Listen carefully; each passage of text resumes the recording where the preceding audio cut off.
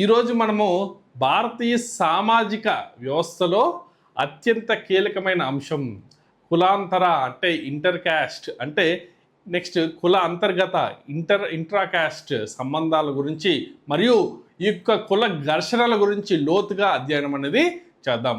So పోటీ పరీక్షల్లో మనకి ఈ యొక్క పోటీ పరీక్షల దృష్ట్యా ఇది చాలా ఇంపార్టెంట్ అయిన టాపిక్ క్యాస్ట్ సిస్టమ్ అనేది. సో మనకి ఖచ్చితంగా ఒక 2 క్వశ్చన్స్ అనేది రావడానికి అవకాశం అనేది క్యాస్ట్ సిస్టమ్ నుంచి అవకాశం ఉంది. సో నెక్స్ట్ ఇప్పుడు మనము ఈ యొక్క పూర్తి స్థాయిలో అధ్యయనం చేద్దాం. క్షుణ్ణంగా చాలా జాగ్రత్తగా వినండి. సో మొదటగా మనకి కుల సంబంధాలను మనము 3 ప్రధాన విభాగాలుగా అర్థం చేసుకోవాలి. కులాలని అర్థం చేసుకునేటప్పుడు మనము 3 ప్రధాన విభాగాలుగా మనం అర్థం చేసుకోవాలి. ఒకటి కులాంతర సంబంధాలు అంటే ఇంటర్ క్యాస్ట్. సో కులాంతర సంబంధాలు అంటే ఇంటర్ క్యాస్ట్. నెక్స్ట్ ఇది ఇంట్రా క్యాస్ట్ అంటే కుల అంతర్గత సంబంధాలు. నెక్స్ట్ క్యాస్ట్ కాన్ఫ్లిక్ట్స్ అంటే ఘర్షణలు. సో వీరి గురించి తెలుసుకునే ముందు ఒక 1 by 1 మనము వెళ్దాం. సో ఫస్ట్ కులాంతర సంబంధాలు. సో వేరువేరు కులాల మధ్య ఉండే సంబంధాలు ఇవి సహపంక్తి భోజనం, వివాహం, వృత్తి మరియు సామాజిక అంశాలపైన ఆధారపడి ఉంటుంది. సో సహపంక్తి భోజనాలు, అదేవిధంగా మ్యారిటల్ రిలేషన్స్ ఏ విధంగా ఉంటాయి, అదేవిధంగా ఆక్యుపేషన్ అనేది వృత్తి అనేది ఏ విధంగా ఉంటుంది, నెక్స్ట్ సామాజిక సంబంధాలు ఏ విధంగా ఆధారపడి ఉంటాయో మనము ఇక్కడ ఎక్స్ప్లెయిన్ చేస్తున్నాము. నెక్స్ట్ కుల అంతర్గత సంబంధాలు. కుల అంతర్గత సంబంధాలు అంటే ఒకే కులం లోపల ఉండే ఉపకులాలు లేదా సమూహాల మధ్య ఉండే సంబంధాలు. ఇందులో ప్రభావవంతమైన కులం, అదేవిధంగా మనకి సమూహాలు మరియు కుల పంచాయతీలు ముఖ్య పాత్ర ఏ విధంగా పోషిస్తున్నాయి, క్యాస్ట్ పంచాయత్స్, అదేవిధంగా రిసోర్స్ గ్రూప్స్ మనకి ఏ విధంగా ఇక్కడ పాత్ర పోషిస్తున్నాయి, వాటి యొక్క పాత్ర ఏంటి అనేది కూడా తెలుసుకుందాం. నెక్స్ట్ కుల ఘర్షణలు అంటే క్యాస్ట్ కాన్ఫ్లిక్ట్స్. ఈ యొక్క క్యాస్ట్ కాన్ఫ్లిక్ట్స్ దేనికి ఇవి రావడానికి కారణం అవుతున్నాయి. సో ఒకటి చూసుకున్నట్లయితే ఆధిపత్యం, లేకపోతే దోపిడీ, లేకపోతే సామాజిక చలనశీలత అంటే మొబిలిటీ లేకపోవటం, తర్వాత మనం చూసుకున్నట్లయితే ఆర్థిక పోటీ వల్ల కూడా ఏర్పడే విభేదాల వల్ల మనకి క్యాస్ట్ కాన్ఫ్లిక్ట్స్ అనేవి రావటం జరుగుతుంది. సో భారతీయ సామాజిక ముఖ చిత్రాన్ని మనం ఒకసారి చూసుకున్నట్లయితే, మనం అర్థం చేసుకోవడానికి ప్రయత్నించినట్లయితే ఈ 3 స్తంభాలు ఇంటర్ క్యాస్ట్, ఇంట్రా క్యాస్ట్, అదేవిధంగా ఈ యొక్క క్యాస్ట్ కాన్ఫ్లిక్ట్స్ని అర్థం చేసుకోగలిగితే మనకి చాలా చాలా అత్యంత అవసరమైనదిగా మనము చెప్పవచ్చు. సో ఇక కులాంతర సంబంధాలు. సో మనము భారతీయ సమాజం ఒక ముఖ చిత్రాన్ని అర్థం చేసుకోవడానికి ఈ 3 స్తంభాలు అనేవి చాలా ఇంపార్టెంట్. ఒకటి ఇంట్రా క్యాస్ట్, అదేవిధంగా ఇంటర్ క్యాస్ట్, అదేవిధంగా క్యాస్ట్ కాన్ఫ్లిక్ట్స్ అనేవి చాలా ముఖ్యమైనది. ఇక్కడ చూసుకున్నట్లయితే కులాంతర సంబంధాలు. సో సమాజం వెలుపల జరిగే లావాదేవీలను సూచిస్తూ, అదేవిధంగా కుల అంతర్గత సంబంధాలు ఆ కుల సభ్యుల మధ్య ఉండే ఐక్యతను మరియు అధికార నిర్మాణాన్ని తెలియజేస్తూ ఉంటాయి. ఈ రెండింటి మధ్య ఉండే సమతుల్యత దెబ్బతిన్నప్పుడే ఈ యొక్క కుల ఘర్షణలు అనేవి తలెత్తుతున్నాయి. కులాంతర సంబంధాలు సమాజం వెలుపల జరిగే లావాదేవీలు సూచిస్తూ ఉంటే, ఈ కుల అంతర్గత సంబంధాలు ఆ కుల సభ్యుల మధ్య ఉండే ఐక్యతను మరియు అధికార నిర్మాణాన్ని తెలియజేస్తూ ఉంటాయి. ఈ రెండింటి మధ్య సమతుల్యత దెబ్బతిన్నప్పుడే ఈ యొక్క కుల ఘర్షణలు అనేవి రావటం జరుగుతుంది. అంటే మీరు క్లియర్గా అర్థం చేసుకోవాల్సిందేంటి, ఈ యొక్క కులాంతర సంబంధాలలో మనకి ఈ యొక్క సమాజం వెలుపల జరిగే లావాదేవీలని సూచిస్తున్నవి ఇవి. అయితే మనం చూసుకున్నట్లయితే ఈ యొక్క కుల అంతర్గత సంబంధాల్లో ఆ కుల సభ్యుల మధ్య ఉండే ఐక్యతను మరియు ఈ యొక్క అధికార నిర్మాణాన్ని తెలియజేస్తూ ఉంటున్నాయి. సో ఈ రెండింటి మధ్య వచ్చే ఈ యొక్క తగాదాలని మనము ఈ యొక్క క్యాస్ట్ కాన్ఫ్లిక్ట్స్ లేకపోతే కుల ఘర్షణలుగా చెప్తాము. సో సామాజిక శాస్త్రవేత్తలు వీటిని కేవలం గొడవలుగా కాకుండా సమాజంలో జరుగుతున్న మార్పులకు సంకేతంగా గుర్తిస్తారు. సో మనము చూస్తే ఈ యొక్క ఫ్లో చార్ట్లో మనం చూసుకున్నట్లయితే సామాజిక సంబంధాలు ఎలా ఒకదానితో ఒకటి పెనవేసుకుపోయాయో అనేది మనకి స్పష్టంగా తెలియజేస్తున్నాయి. సో ఈ యొక్క సాంప్రదాయంగా కులాలను వాటి పవిత్రత ఆధారంగా 3 రకాలుగా వర్గీకరించారు. సో మనం చూసుకున్నట్లయితే క్లీన్ క్యాస్ట్, క్లీన్ క్యాస్ట్ అంటే శుభ్రమైన కులాలు. సో ఉదాహరణకు బ్రాహ్మణులు, రాజ్పుతులు, జాట్లు, సో వారిని క్లీన్ క్యాస్ట్ అంటే శుభ్రమైన కులాలుగా భావించడం అనేది జరుగుతుంది. నెక్స్ట్ అశుభ్రమైన కులాలు అంటే అన్క్లీన్ క్యాస్ట్ అంటే నాయి, కుమ్మరి, అదేవిధంగా చాకలి వంటి వృత్తి కులాలు ఏవైతే ఉన్నాయో వాటిని అశుభ్రమైన కులాలుగా భావించడం జరుగుతుంది. సో అంటరాని కులాలు అంటే అన్టచబుల్ క్యాస్ట్, బంగి, చమార్, పాసి వంటి కులాలు ఏవైతే ఉన్నాయో ఈ వర్గీకరణకు ఈ యొక్క మనము మారుతున్న సామాజిక పరిస్థితుల నేపథ్యంలో అధ్యయనం అనేది చేసుకుంటాము మనము. సో ఈ యొక్క అంటరాని కులాలు ఏవైతే ఉన్నాయో బంగి, చమార్, పాసి వంటి కులాలు అంటరాని కులాలుగా మనము చెప్తాము. సో మనకి కింది వాటిలో ఏది అంటరాని కులం అని కూడా క్వశ్చన్ రావడానికి అవకాశం ఉంది. కాబట్టి బంగి, చమార్, పాసి వంటి కులాలు అంటరాని కులాలుగా మనకి తెలియజేస్తున్నాయి. సో ఈ వర్గీకరణను మనము మారుతున్న సామాజిక పరిస్థితుల నేపథ్యంలో అధ్యయనం అనేది చేసుకుంటూ ఉంటాము. సో సాంప్రదాయంగా హైరార్కీ అనేది పవిత్రత మరియు అపవిత్రత అనే భావనల మీద నిర్మించబడింది. సో సాంప్రదాయంగా ఈ యొక్క హైరార్కీ అనేది ఈ యొక్క పైన కులము, కింద కులము, ఈ విధంగా ఈ యొక్క హైరార్కీ అనేది పవిత్రత మరియు అపవిత్రత అనే భావనల మీద నిర్మించబడింది అని మనకి ఈ యొక్క తెలియజేస్తుంది. సో శుభ్రమైన కులాలు కేవలం హోదాలోనే కాకుండా సామాజిక వనరుల పంపిణీలో కూడా పైచేయి కలిగి ఉంటారు. అశుభ్రమైన కులాలు, ముద్ర వేయబడిన కులాలు ఏవైతే ఉన్నాయో వృత్తి కులాలు, ఉన్నత కులాల దైనందిన అవసరాలు తీరుస్తూ వారికి సేవలు అందిస్తూ ఉంటాయి. సో ఈ యొక్క అశుభ్రమైన కులాలు ఏం చేస్తాయి? ఈ యొక్క అశుభ్రమైన కులాలుగా ముద్ర వేయబడిన ఈ వృత్తి కులాలు ఏవైతే ఉన్నాయో అవి ఉన్నత కులాలకి రోజువారీగా అవసరాలు తీరుస్తూ వారికి సేవలు అనేవి అందిస్తూ ఉంటాయి. అంటరానితనం అనేది ఈ యొక్క హైరార్కీ అనేది అత్యంత అట్టడుగున ఉన్న వర్గాలపై విధించిన సామాజిక బహిష్కరణగా మనము చెప్పవచ్చు. ప్రస్తుతం ఈ వ్యవస్థపై ఈ యొక్క వ్యవస్థ మారుతున్నప్పటికీ కూడా గ్రామీణ భారతంలో ఈ వర్గీకరణ యొక్క ప్రభావం ఇంకా కనిపిస్తూనే ఉంది అని బలంగా మనము చెప్పవచ్చు. సో అంటరానితనం అనేది ఈ యొక్క హైరార్కీలో అత్యంత అట్టడుగున ఉన్న వర్గాలపైన విధించే సామాజిక బహిష్కరణ. ప్రస్తుతం ఈ వ్యవస్థ అనేది మారుతున్నప్పటికీ కూడా గ్రామీణ భారతంలో ఈ వర్గీకరణ యొక్క ప్రభావం చాలా కనిపిస్తూ ఉంది. సో ఇంకా ఈ యొక్క గ్రాస్ రూట్స్ ఏవైతే ఉన్నాయో అవి పూర్తిగా తొలగించలేకపోయాము అని చెప్పవచ్చు. నెక్స్ట్ సహపంక్తి భోజన సంబంధాలు అంటే కమర్షియల్ రిలేషన్స్. సో ఆహార అలవాట్లు కుల విభజనలో కీలక పాత్ర అనేది పోషిస్తాయి. ఆహార కాలుష్యం స్థాయిలను బట్టి ఆహారాన్ని 3 రకాలుగా విభజించడం అనేది జరిగింది. ఒకటి కచ్చా ఆహారం. నెక్స్ట్ యొక్క కచ్చా ఆహారం. ఆహార అలవాట్లు కుల విభజనలో కీలక పాత్ర పోషించాయి.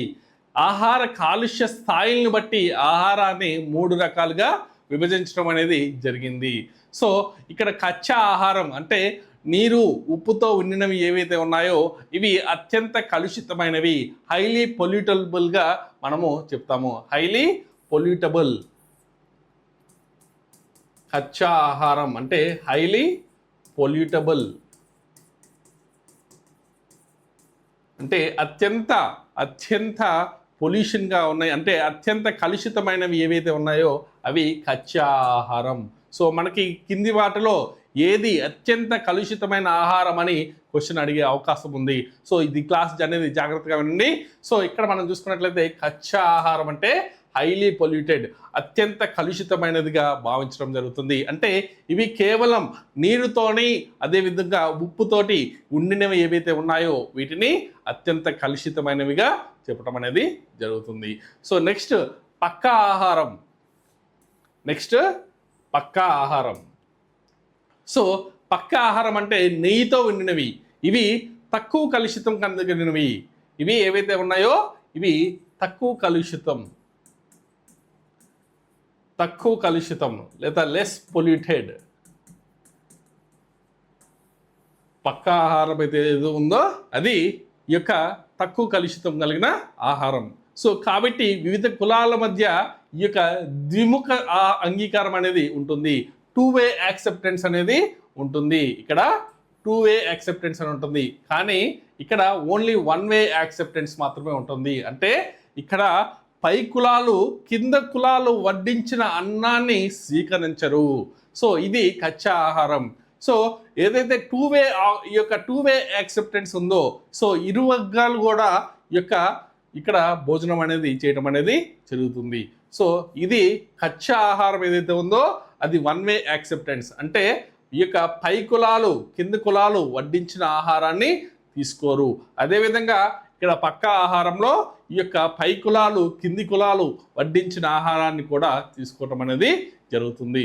సో ఇది అతి తక్కువ కాలుష్య కలిగి ఉంటాయని మనము చెప్పవచ్చు. సో నెక్స్ట్ పచ్చి కూరగాయలు పండ్లు ఏవైతే ఉన్నాయో ఇవి అతి తక్కువమైన కాలుష్య స్థాయి కలిగి ఉంటాయి. ఇవి అతి తక్కువ కాలుష్య స్థాయిని కలిగి ఉంటాయి. సో ఇందులో ఎవరు పొల్యూషన్ చేయడానికి అవకాశం లేదు. సో ఇక్కడ మీరు చూసుకున్నట్లయితే నీటితో ఉండినవి అంటే అన్నం, సో అదేవిధంగా ఉప్పుతో చేసినవి ఏవైతే ఉన్నాయో అవి హైలీ పొల్యూటెడ్ అనమాట. సో నెయ్యితో చేసినవి ఏవైతే ఉంటాయో లేకపోతే నూనెతో చేసినవి ఏవైతే ఉంటాయో అవి తక్కువ కలిగినవి, అంటే పూరి లాంటి పిండి పదార్థాలు. సో అటువంటి ఈ యొక్క భోజనం అనేది చేయవచ్చు పై కులాల వాళ్ళు. సో కేఎస్ మాథూర్ ప్రకారం కేఎస్ మాథూర్ తన అధ్యయనంలో ఒక గ్రామంలోని కులాలను 5 గ్రూపులుగా విభజించి సో వారి ఉండే భోజన సంబంధాలను వివరించారు. అయితే ఈ యొక్క కుప్పుస్వామి 1956, సో కేఎస్ మాథూర్ 1964లో తన అధ్యయనంలో ఒక గ్రామంలోని ఈ యొక్క కులాలను 5 గ్రూపులుగా విభజించడం జరిగింది. సో ఇక్కడ కేఎస్ మాథూర్ గారు ఒక అధ్యయనం అనేది చేయటం జరిగింది. అందులో ఈ యొక్క గ్రామంలో క్యాస్ట్ని 5 గ్రూపులుగా విభజించడం జరిగింది. సో ఫస్ట్ గ్రూప్ వచ్చేసి బ్రాహ్మిన్స్, సో నెక్స్ట్ గ్రూప్ వచ్చేసి రాజ్పుత్, జోగి, బనియా, నాయ్. అదేవిధంగా ఈ యొక్క థర్డ్ గ్రూప్ వచ్చేసి లోహార్. అదేవిధంగా ఫోర్త్ గ్రూప్ వచ్చేసి ఈ యొక్క చమర్. అదేవిధంగా ఫిఫ్త్ గ్రూప్ వచ్చేసి బంగి, అంటే వీరు అన్టచబుల్స్గా మనం చెప్తాము. సో ఈ ఫోర్త్ గ్రూప్ ఏదైతే ఉందో వారు అన్క్లీన్గా మనము చెప్పడం జరుగుతుంది. ఈ యొక్క 1, 2, 3 ఈ యొక్క first group, second group, third groups ఉన్నాయి ఏవైతే ఉన్నాయో ఈ యొక్క శుభ్రమైన ఈ యొక్క కులాలు లేకపోతే ఈ యొక్క క్లీన్ గ్రూప్స్ అని మనము చెప్పవచ్చు. నెక్స్ట్ ఫోర్త్ వచ్చేసి చమర్ అనేది మనకి అన్క్లీన్ గ్రూప్గా చెప్తాము. సో నెక్స్ట్ గ్రూప్ 5 వచ్చేసి అన్టచబుల్. సో ఇక్కడ మనం చూసుకున్నట్లయితే ఈ యొక్క 5 గ్రూపులుగా విభజించి వారి మధ్య ఉండే భోజన సంబంధాలను వివరించడం అనేది జరిగింది కేఎస్ మాథూర్ గారు. అయితే కుప్పుస్వామి 1956 మరియు బివి షా 1968 అధ్యయనాల ప్రకారం నేటి విద్యావంతులైన యువతలో 82% మంది కులంతో సంబంధం లేకుండా అందరితో కలిసి భోజనం చేయడానికి సిద్ధంగా ఉన్నారు అని తెలియజేయటం అనేది జరిగింది. సో 1956లో మనకి కుప్పుస్వామి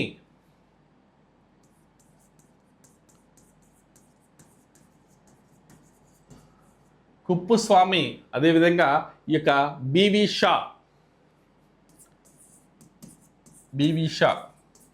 సో వీరి అధ్యయనం ప్రకారం 82% మంది విద్యావంతులు ఎవరైతే ఉన్నారో వారు అందరితో కలిసి భోజనం చేయడానికి సిద్ధంగా ఉన్నారు అని తెలియజేశారు. సో పట్టణీకరణ వల్ల ఈ యొక్క నియమాలు సడలుతున్నప్పటికీ కూడా సహపంక్తి నిషేధాలు మానసిక స్థాయిలో పూర్తిగా తొలగింపలేదు. సో పట్టణీకరణ వల్ల ఈ యొక్క నియమాలు సడలుతున్నప్పటికీ కూడా సహపంక్తి నిషేధాలు మానసిక స్థాయిలో అంటే మనసులో ఇంకా పూర్తిగా తొలగించలేదు అని మనము చెప్పవచ్చు. ఆహారం ద్వారా ఈ యొక్క కలుషితం వ్యాపిస్తుందనే నమ్మకం అనేది కుల విభజనకు పునాదిగా మనము చెప్పవచ్చు. సో ఆహారం ద్వారా కాలుష్యం అనేది అంటే పొల్యూషన్ అనేది వ్యాపిస్తుందని ఈ యొక్క మూఢనమ్మకాలు అనేది ప్రజల్లో బాగా నాటుకుపోయింది. సో ఈ యొక్క కచ్చా ఆహారం అనేది కేవలం నీరు ఉప్పుతో వండుతారు కాబట్టి దానిని కేవలం ఈ యొక్క స్వకుస్తులే అంటే ఆ కులస్తులు సంబంధించిన వారు మాత్రమే అంటే ఇంటర్ క్యాస్ట్ మాత్రమే దాన్ని ఆహారంగా తీసుకుంటారు, లేదా ఉన్నత కులస్తులు దగ్గర నుండి మాత్రమే ఇక స్వీకరిస్తారు. సో కచ్చా ఆహారం అనేది కేవలం నీరు ఉప్పుతోనే ఉండటం అనేది జరుగుతుంది. సో దానిని కేవలం ఆ కులం వారు మాత్రమే ఈ యొక్క వన్ వే ఉంటుంది. సో వన్ వే యాక్సెప్టెన్స్ అనేది ఉంటుంది. సో ఆ కులం వారే వండించుకుంటారు, అదేవిధంగా వండుతారు. సో ఈ విధంగా మనం చూసుకున్నట్లయితే నెక్స్ట్ కులం వారి నుండి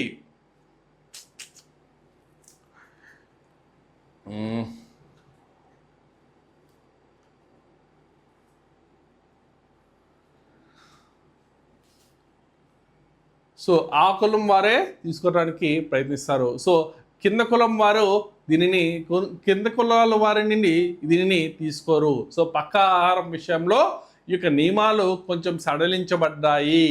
ఎందుకంటే నెయ్యిని శుద్ధి చేసే పదార్థంగా భావించడం అనేది జరుగుతుంది. నెయ్యి ఏదైతే ఉన్నదో అది శుద్ధి చేసే పదార్థంగా వారు భావించడం జరుగుతుంది. సో కేఎస్ మాథూర్ అధ్యయనం ప్రకారం భోజన నియమాలు కులాల మధ్య సామాజిక దూరాన్ని స్థిరంగా ఉంచడానికి ఉపయోగపడతాయి అని తెలియజేశారు. సో కేఎస్ మాథూర్ గారు ఏవైతే చెప్పారో సో ఆయన ప్రధానంగా ఈ కమర్షియల్ రిలేషన్స్ గురించి మాట్లాడటం జరిగింది. అంటే సహపంక్తి భోజన సంబంధాల గురించి ఆయన మాట్లాడటం జరిగింది. దాని గురించి అధ్యయనం చేయటం అనేది జరిగింది. సో ఈ యొక్క కమర్షియల్ రిలేషన్స్ గురించి క్వశ్చన్ ఏదైనా వచ్చింది అంటే మనము ఈ యొక్క కేఎస్ మాథూర్ గారి గురించి మనము గుర్తుపెట్టుకోవాల్సి ఉంటుంది.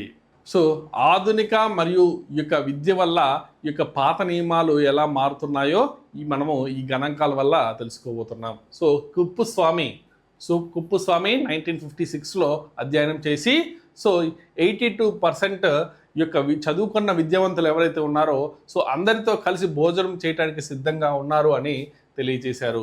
సో అదేవిధంగా బివి షా 1968లో గుజరాత్లో అధ్యయనం అనేది చేయడం జరిగింది.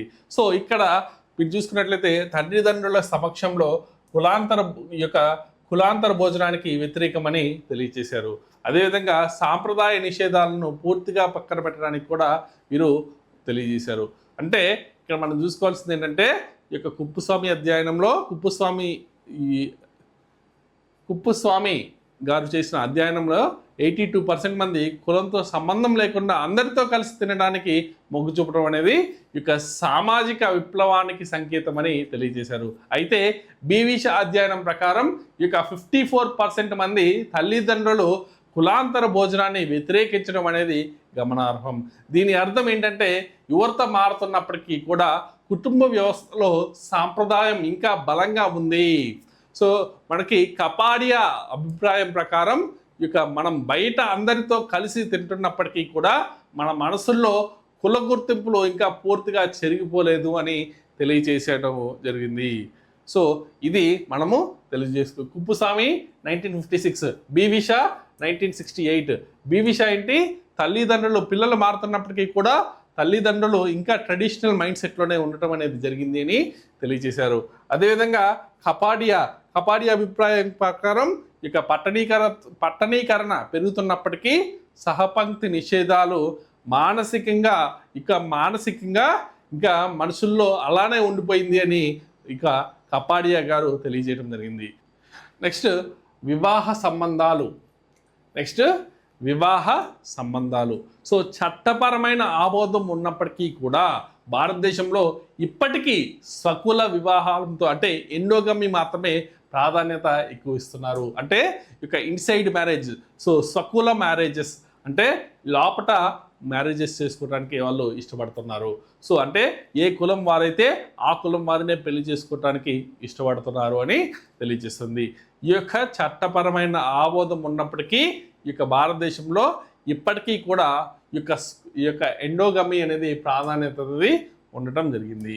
సో తల్లిదండ్రుల దృక్పథం మనం చూసుకున్నట్లయితే ఈ యొక్క సంస్కారాలు సమానంగా ఉండాలని, దాంపత్య జీవితం సాఫీగా సాగడానికి ఒకే సామాజిక నేపథ్యం అవసరమని నమ్ముతూ వస్తున్నారు. సో తల్లిదండ్రులు ఎవరైతే ఉన్నారో ముందు ఈ యొక్క సంస్కారాలు, రిచువల్స్ ఏవైతే ఉన్నాయో ఆ రిచువల్స్ అనేవి సమానంగా ఉండాలని, సో దాంపత్య జీవితం అనేది సాఫీగా సాగడానికి ఒకే సామాజిక నేపథ్యం అయితే సో ఈ యొక్క అవసరమని వాళ్ళు బాగా నమ్మటం అనేది జరిగింది. సో యువత దృక్పథం మనం చూసుకున్నట్లయితే తల్లిదండ్రుల దృక్పథం అదైతే ఈ యొక్క యువత దృక్పథం ఏ విధంగా ఉందో అది కూడా చూద్దాం. సో పరస్పర అవగాహన ముఖ్యమని భావిస్తున్నారు. సో ఈ యొక్క మార్గరెట్ కార్మక్ మరియు కుప్పుస్వామి అధ్యయనాలు. So Margaret